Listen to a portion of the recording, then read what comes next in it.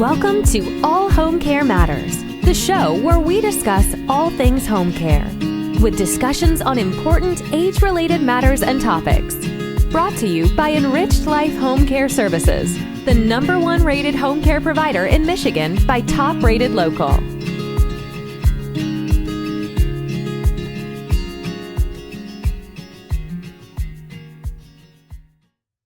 Hello, and welcome back to All Home Care Matters. If this is your first time visiting us here at the show, we want to say thank you for taking time out to be with us today.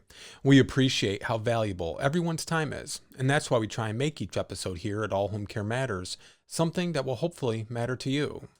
Today, we're going to be talking about what to do when your loved one stops recognizing you. We'll discuss at what stage someone with Alzheimer's typically forgets who their loved ones are, as well as methods to prompt memory, connect without memory, and communicate. Now, let's move on to the rest of the show. According to the National Institute on Aging, Alzheimer's disease is a brain disorder that slowly destroys memory and thinking skills, and eventually the ability to carry out the simplest tasks. The disease begins making changes in the brain years before symptoms ever show. Over many years, the disease steals pieces of a person. But when will your loved one no longer recognize you? Let's take a look at the 7 stages of Alzheimer's to find out. During stage 1, someone with Alzheimer's will have no impairment due to the disease and will only be diagnosed through brain scans. Stages 2 and 3 are where symptoms begin to show. Someone with Alzheimer's will begin to have mild cognitive decline. They may forget where they put the keys or struggle with paying their bills. During these first 3 stages, the symptoms all appear as the normal signs of aging, and many people go undiagnosed. Stage 4 is where many are diagnosed. During this stage, someone with dementia will experience increased forgetfulness and may have difficulties in social situations. Those close to someone with dementia can usually see the early signs of dementia during this stage as well. Your loved one may forget your name during this stage, but they can usually recall it after some time. They normally recognize you even if they can't remember your name. Stage 5 shows a moderately severe cognitive decline. Individuals in this stage often need help doing daily living activities such as cooking, cleaning, and even possibly using the bathroom. At this stage, many people with dementia are unable to live on their own and need some level of care throughout the day and night. During this stage, your loved one will need help with daily living activities, but alzheimers.net says that they will still maintain functionality. They typically can still bathe and toilet independently. They also usually still know their family members and some detail about their personal histories, especially their childhood and youth. According to Senior Link, though, stage 6 marks a period in which a person requires substantial assistance to carry out day-to-day activities. They may have little memory of recent events and forget the names of close friends or family members. Many people in stage 6 have limited memory of their earlier lives and will also have difficulty completing tasks or successfully exhibiting cognitive skills, such as counting backwards from 10. People in stage 6 may also begin to experience incontinence of bowel or bladder, and speech ability is often diminished. Significant personality changes may also be noticeable at this stage, as individuals may suffer from delusions, anxiety, or agitation. Alzheimers.net tells us that stage 7 is the final stage of Alzheimer's. Because the disease is a terminal illness, people in stage 7 are nearing death and will ultimately succumb to the disease. In stage 7 of the disease, people lose the ability to communicate or respond to their environment. While they may still be able to utter words and phrases, they have no insight into their condition and need assistance with all activities of daily living. For more information about the 7 stages of Alzheimer's, you can listen to our recent series on the 7 stages. Don't have time for all 5 episodes? We also released a recap episode on the 7 stages of Alzheimer's as well. You can find it on our website or on our Dementia and Alzheimer's playlist on our official YouTube channel, or wherever you get your podcast. It isn't until the last 3 stages that your loved one will have trouble recognizing you. If your loved one is in the early stages of the disease, now is the perfect time to learn best practices and techniques to communicate and connect with your loved one. If your loved one is in the later stages, now is still the perfect time to learn. It's never too late to try new ways to connect with your loved one. Your loved one can sense that you are making an effort to connect with them and feel the sentiments behind it, even if they don't recognize you.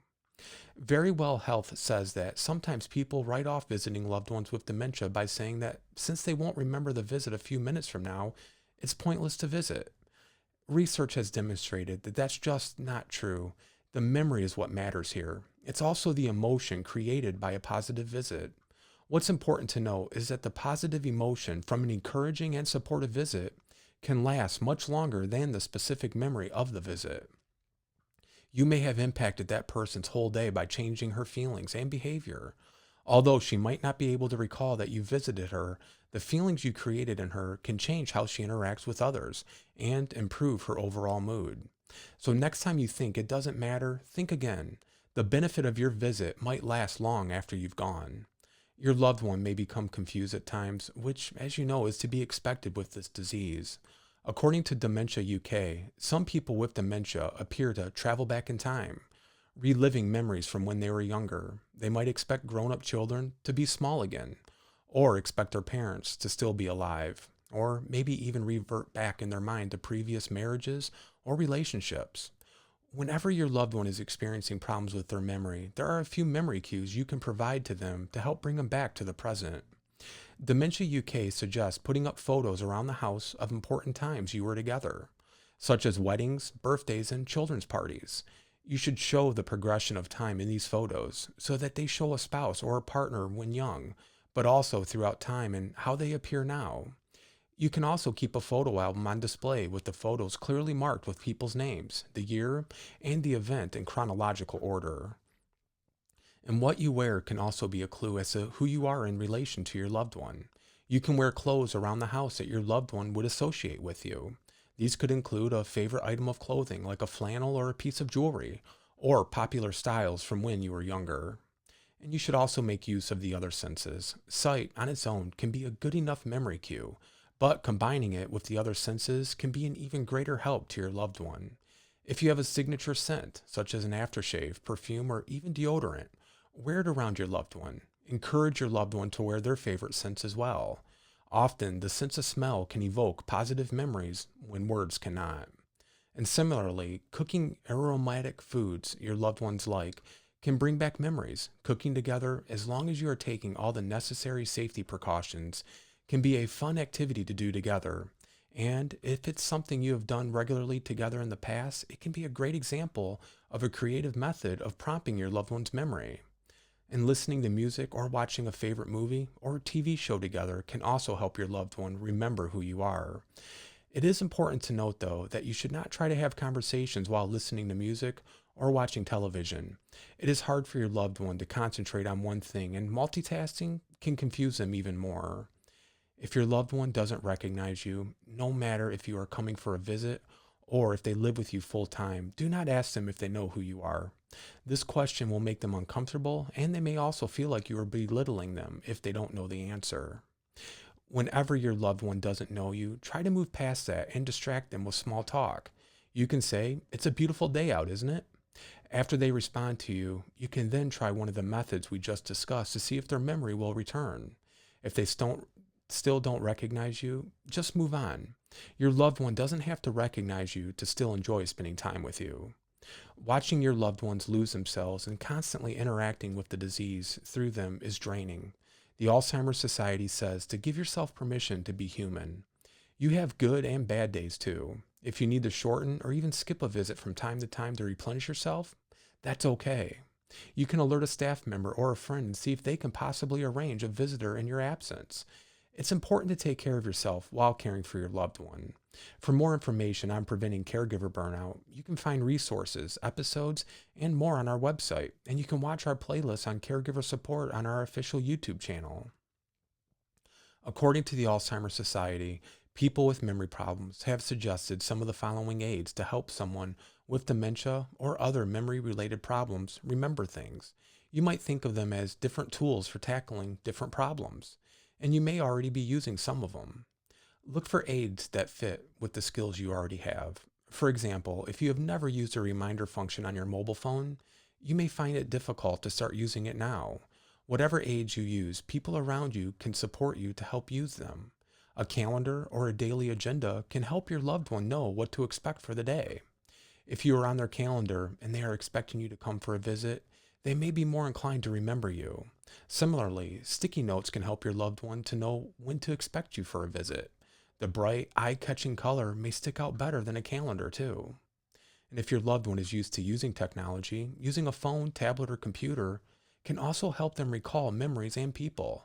They can browse Facebook and look at photos and names as a name and a face recall exercise. Video calls can also help your loved one feel comfortable visiting with someone they may not recognize. Video calls usually have a person's name on the screen along with their face. Having a name on the screen can be helpful to your loved one when they are having trouble recognizing people. Now, we've discussed several methods of prompting a loved one's memory. Now, let's move on to finding other ways to connect with somebody with dementia when they don't recognize you. Dementia UK says it can be very difficult when someone with dementia stops recognizing you. But there are things you can do to keep your connection with the person and your relationship with them warm and open. If you can, try entering into their world and asking the person diagnosed with dementia about the memories they mention. Encouraging them to talk about what feels familiar will help them to feel at ease. Try not to remind the person with dementia of more recent realities that they're having trouble grasping, such as the death of their spouse or their parents, as this can cause distress and confusion. Instead, talk about happy memories and events that are important to them. Taking part in activities together can be a good way to reconnect with a person with dementia. Anything you both enjoy can help you feel closer, such as playing familiar music, watching a favorite film, drawing pictures, going for walks, and talking about the things you see on the way, gardening or arranging flowers, or even doing a jigsaw puzzle if your loved one's able. According to Next Avenue, remembering the past is often a soothing and affirming activity. Many people with dementia may not remember what happened 45 minutes ago, but they can clearly recall their lives 45 years earlier. Therefore, avoid asking questions that rely on short-term memory, like asking the person what they had for lunch. Instead, try asking general questions about the person's distant past. This information is more likely to be retained. And you can also connect with your loved one through humor. Next Avenue also says that you should use humor whenever possible, though not at the person's expense. People with dementia tend to retain their social skills and are usually delighted to laugh along with you. And laughing with them during your visit can help improve their mood throughout the rest of the day too. As dementia progresses, memory loss will no doubt change the connection that you have with a parent. But that doesn't mean you still can't have a meaningful connection with your senior loved one. Learn more about how to build a meaningful connection with a loved one who has dementia and how to maintain that connection throughout the progression of the disease. Nancy Kreisman shared a wonderful story about connecting with her mom during the late stages of Alzheimer's in an article for alzheimers.net. About a year before Nancy's mother, Doris, died, the two sat outside in the garden at her mother's skilled nursing residence. By that time, Alzheimer's disease had diminished most of Doris's cognitive abilities, along with skills such as mobility and speech. Their time together wasn't without meaning, though. Doris, who was diagnosed with Alzheimer's at age 71, had always loved going for walks. Years earlier, the daughter and mother often strolled to a nearby pond, where they enjoyed sighting butterflies alighting on flowers and dragonflies hovering above the water. Sometimes the women enjoyed picnics at local parks. By now, Doris could no longer pack a picnic lunch, but her love of fresh air and greenery remained intact. Kreisman would have loved to engage with her mom as she once did, laughing and talking, even dancing with her to Judy Garland and Tony Bennett songs. Instead, that day, she and her mom ate outdoors from a picnic basket that Kreisman brought along. Kreisman still sang to her mom and reminisced about those singers with Doris, who could still respond by listening. Nancy Kreisman, a geriatric clinical social worker and owner of geriatric counseling services in Atlanta, Georgia, and the author of Meaningful Connections, Positive Ways to Be Together When a Loved One Has Dementia, offers a few ways to build a meaningful connection with a loved one with dementia. First, she says to ask another person to join you. Invite a family member or another resident to visit with you and your loved one. This takes the focus off of just the two of you. It can also foster new relationships. Next, Kreisman suggests that you keep crafts age appropriate. Although your senior loved one's cognitive abilities are impaired, he or she is still an adult. Avoid things like children's coloring books, opting for adult coloring books instead. And you should also notice how your mood impacts your visits with your loved one. Avoid visiting when you're ambivalent, irritable, or tired of being there. Like we have talked about earlier in this episode, Kreisman also suggests that you tap into different senses.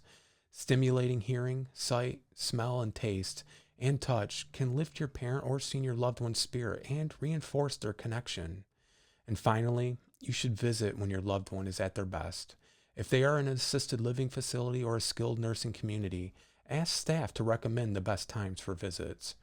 Now that we've covered a few ways you connect with your loved one when they don't recognize who you are, let's move on to the part of today's episode, which is methods for communicating with somebody with dementia. We've done several episodes on communicating with loved ones with Alzheimer's and other dementias, so we won't be talking about this in length, but it is still important to discuss. And as always, if you're interested in learning more about communicating with a loved one with dementia, we invite you to please visit our website for more information. Dementia UK has a few suggestions for effective communication with a loved one with dementia. They suggest that you keep yourself in your loved one's eye line and try not to suddenly appear from the side or from behind. Speak clearly to them and use short sentences. Make sure that you give them time to respond too. It may take them longer to figure out a response, even to a simple question like, "It's a nice day out, isn't it?" If your loved one is struggling to recognize you, introduce yourself and tell them about the connection between you. For instance, "Hello, Mom, it's Julian. I have little Danny, your grandson, with me." If your loved one doesn't recognize you after this, don't try to repeat your relationship, as it can upset your loved one. If your loved one regularly doesn't recognize you, don't ask them, "Do you know who I am?" Introduce yourself by your name and leave out your relationship. And while talking to them, be reassuring.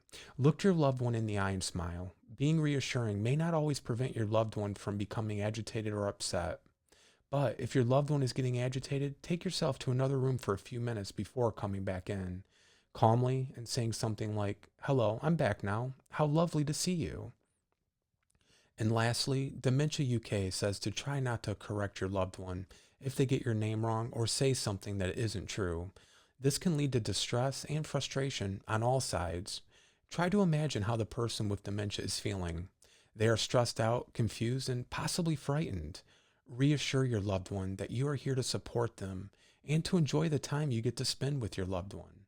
And know that even if they don't remember you, they will still remember the sentiments they felt while you were around.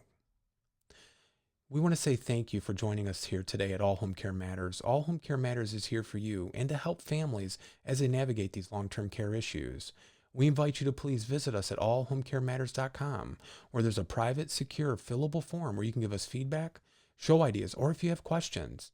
Every form is read and responded to, and please, if you know someone who could benefit from this episode, please make sure to share it with them. And remember, you can listen to the show on any of your favorite podcast streaming platforms and watch the show on our YouTube channel. Just make sure to hit that subscribe button so that you never miss an episode. We look forward to seeing you next time here at All Home Care Matters. Thank you. Thank you for joining us today. We look forward to you joining us again on another episode of All Home Care Matters. To learn more about the show and to connect with us, visit us at allhomecarematters.com.